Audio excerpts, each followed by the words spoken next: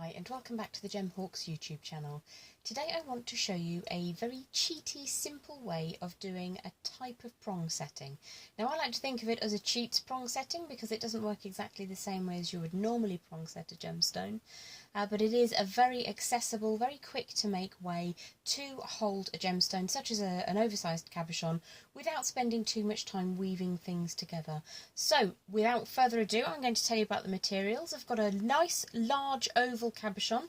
Today I'm working with a lovely piece of labradorite that has been carved with a floral design on the front. I'm also going to be using some 1mm gauge wire and some 0.4mm gauge wire as well.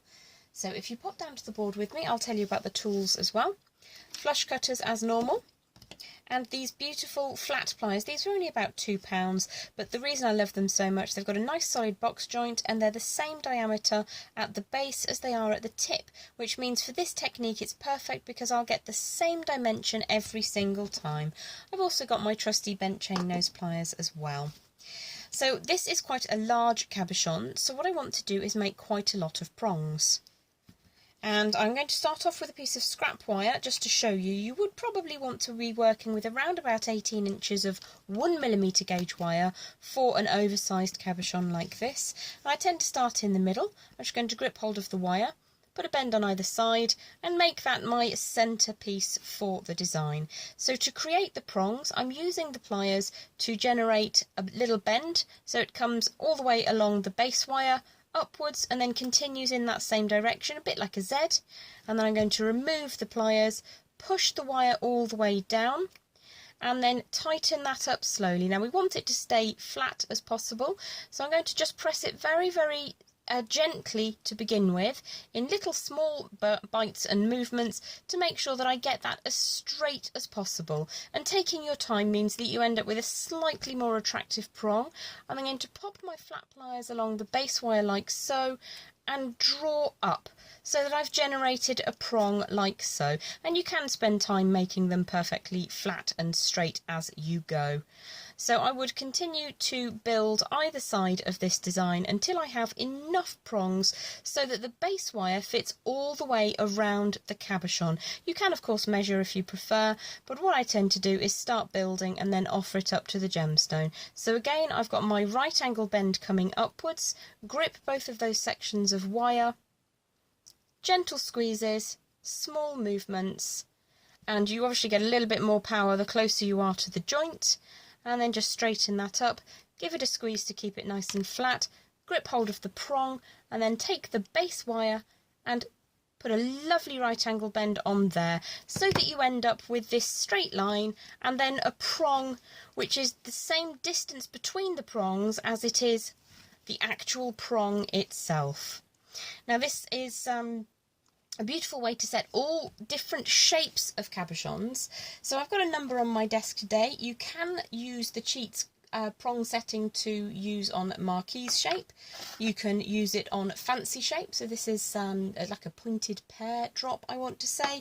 Absolutely beautiful on your rounded cabochons, works on squares as well. But today I'm going to be working with that large, oversized, multicoloured, beautiful oval cabochon.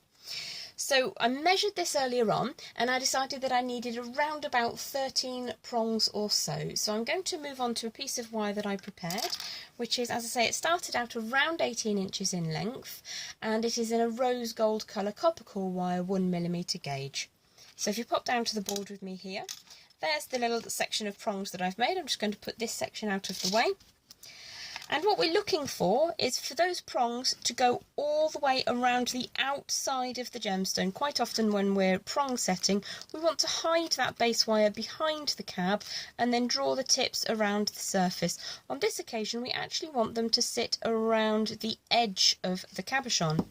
So the next stage is to actually create the prongs themselves. Now I want this to be reasonably straight as we go. And as we undertake the process of creating the prongs, it actually starts to bend a little bit and you might need to reform it. So this is a 2-plier job. I'm going to use those same flat facing pliers that we started the design with. And I'm going to grip hold of the baseline that we've created and the lower half of the prong that we've created. I'm going to take that around about halfway up the prong, like so, and apply a great deal of pressure whilst I turn the end of the prongs over. I'm just taking that to 90 degrees, like so. Hopefully you can see that, and I'm just going to whiz through them and show you how quickly you can actually achieve this design once you get going. So just bending the prongs one at a time. Again, the flat facing pliers work really well to hold the prong halfway up, and we're bending the prong tip over to around about 90 degrees again, keeping the baseline as straight as possible. If one's slightly lower, you can kind of edit that a little bit later, but you can see that the wire gets a little bit feisty as you're moving through. The key is to apply as much pressure as you possibly can. This is why I'm using my non-dominant hand to just apply the pressure, and then my dominant hand to create the curvature of that prong bend. So we're actually almost all the way through. It does only take a few seconds just to do this section. You can of course take slightly longer just to make sure that you're measuring up and ensuring that each prong is exactly the same kind of dimension and making sure that they're all straight up before you start. So the wire does tend to bend a little bit round inwards, which is not a problem because that's the direction we want it to go in just a moment. So I'm just going to take that up to the last of my 13 prongs, like so. And you can see that we've got now a series of bent up prongs which sit over the face of the gemstone. So I'm going to move the tools out of the way for a second and show you that up the other way. What I want to do, now you can do this with your pliers, is find the midpoint at the base and just start applying a little bit of a curvature. Obviously the form that you're going to be making now will depend on the shape of your cab or the gemstone that you're working with. I have used this design with rough specimen type gemstones before and it does look quite charming. You do need slightly deeper prongs. So I'm just going to pop the cabochon into position and see that the number of prongs is good because we don't need them to meet at the top, but I do need to bring that together slightly at the base, so more of a curvature. So I'm just working on the base wire at the moment to try and get that to fit around the bottom of the cab, keeping in mind as much as possible that you want these prongs to be sitting relatively evenly on the design. Obviously if you're working with specimens or rough, it doesn't really matter. So you can see now that we have these prongs sitting over the face of the design and the base wire sits around what would effectively be the girdle of the gemstone. It doesn't go around the back as a traditional prong setting would. So what we need to do next is bring those long wires, the tail wires at the top, into a neck formation and just weave them together with some 0.4mm gauge wire so that we can kind of hold the whole thing together.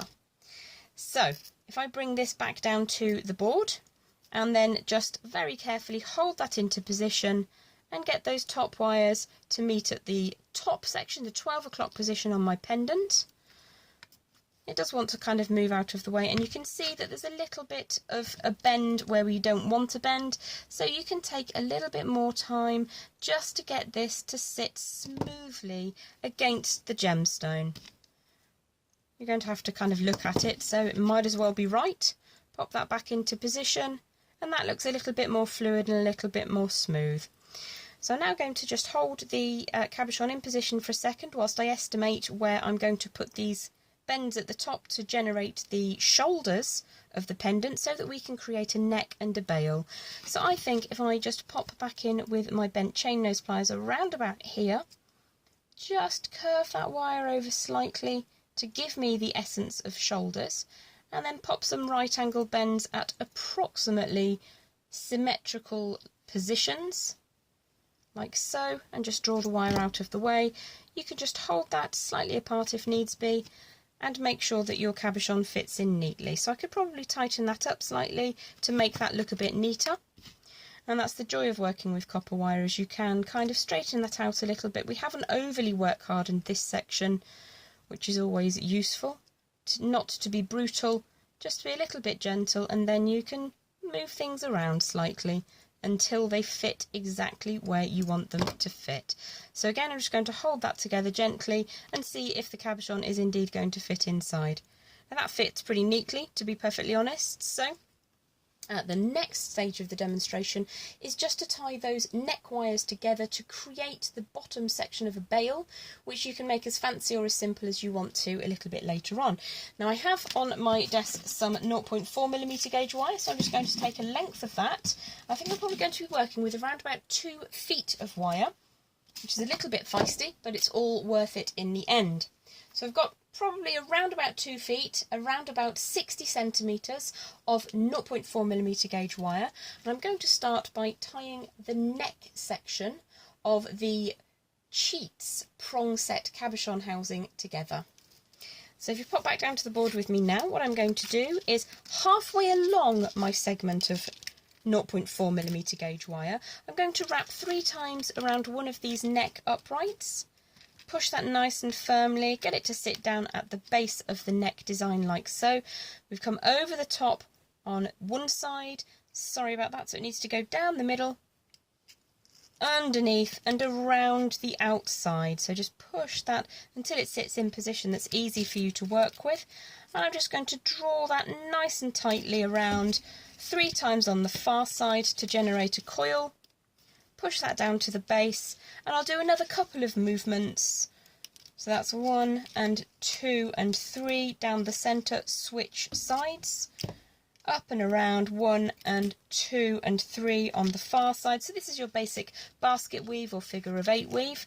What I'm going to do for now is just smooth those up and out of the way and very, very loosely wrap my 0.4 around here. We've seen how to make bails before. We've got plenty of wire to play with, plenty of 1mm gauge and 0.4 to create a lovely woven bail as you desire to later on. So I'm not going to show you how to make the bail. We've done that many, many times before. What I want to show you now is how to secure your cabochon in your cheats or your fake prong set cabochon housing. So I'm going to put the piece facing it downwards, so prongs are face downwards on my desk. It's nice and smooth and soft, there are no jaggy edges. And I'm going to take my lovely gemstone, sit that into position and just push that until it fits neatly. Now you can obviously just check that everything is as you expect it to look. That's going to be nice and secure. The prongs are covering enough of the face of the gemstone so that they won't be able to, so that the gemstone won't be able to pop through the front. So we need to push that back down into position. And then we're going to take this other tail of wire where we started halfway along, and we're going to choose whereabouts we're going to anchor our framework that sits around the edges. Now you can, if you want to, go straight down the back to begin with. That will make it much easier for you to work with and to hold the whole thing together. But what's slightly more aesthetically pleasing is taking kind of quadrants. So I'm going to take the tail of my 0.4mm gauge and I'm going to just insert it into that framework. Make sure that it comes up all the way around. That's gone slightly kafloopy, sorry, let me try that again.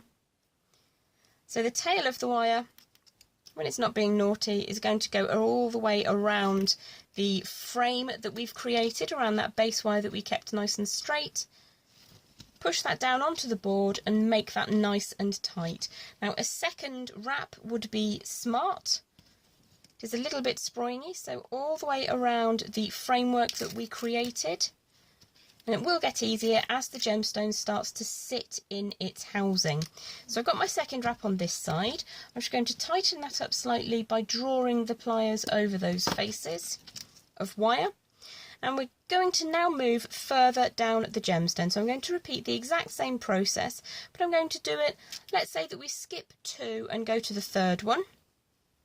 Take the tail of the wire through the framework, support that into position so it stays on the correct place, pull that nice and tight, and then repeat for a second coil. So the tail of the wire again is going around the framework, the base wire that we created. Just going to hold that into position until the wire comes back through. Bent chain nose pliers with a fine tip are an absolute boon for something like this because it means you can get quite close in. So again, we're going to skip 2 little sections of base wire and come up on the third one, all the way around the outside, like so, and then taking my fine 0.4mm gauge wire around the framework that we created, supporting as you go, pull that nice and tight, and then repeat. So take the tail of the wire through between the framework and the gemstone. Sorry, got my hand in the way. And then pull that for a second go. Give that a nice squeeze so it's nice and tight. Skip 2 and we're back to here. 1 and 2 and then around the framework again. And by this time your gemstone should start to behave. Take the tail through. Get that nice and firmly into position. Slightly distorted the framework, but that's okay, I can push that back up. And for a second wrap, take the tail through between the gemstone and the frame, pull that into position so it's nice and firm, and then we're going to skip 1 and 2 and move over to here. It's actually quite an attractive little weave in and of itself. You might need to just open that out slightly with your nail. And you should have got plenty of wire to make this nice and secure. You can of course add extra or use a slightly longer piece of wire if you want to continue around and make a feature of this, but what we are doing is making the rear of the cabochon secure. So I'm going to pull that nice and tight so I've got my second wrap, like so. I'm going to skip 2 and move down to here. Support the wire as I take the tail through. This is probably getting quite dull for you now, but all we're doing really is just securing the back of the cabochon so it has nowhere to escape to. We're trying to do it in a way that is reasonably attractive. So skip 2, come down to here, between the gemstone and the frame again, tie that nice and tight, tail up and round. 1, 2, and then we're coming to here, and I think we're almost done, my loves. Whoops, the daisy, that did not want to go where I wanted it to go. It's being rather awkward. So just flip the hold as you prefer. Pull that nice and firmly without distorting the frame. Take the tail through, like so, nice and tight, skip 2, and then we're back up to the top. And that, I think, is more than adequate to hold the gemstone safely into position. So again, I'm taking the tail of the wire around the outside, between the framework and the gemstone itself. And because we're at the end of our design here, rather than just doing 2 wraps, I'd probably go for maybe 7, maybe I'd fill this gap, and then perhaps even just a little loop over to the other side and do a few more wraps there. So your gemstone isn't going to escape out of the back, certainly not going to be able to escape out of the front. You've got all of the wire here to make yourself a fancy bail if you desire. It's a really easy way to create the look of prong setting without having that heart in the mouth moment where you're pushing a piece of wire against a gemstone that you love. With the best will in the world, many people that I know have done exactly the same thing that I have done, and they've damaged the surface of the gemstone when prong setting. So this takes away most of that risk by generating the prongs without the gemstone even being there. I hope that you found this tutorial useful and instructional. Many thanks for sticking with me, and I look forward to seeing you again very, very soon for more wirework tutorials. Have the most beautiful day. Bye for now.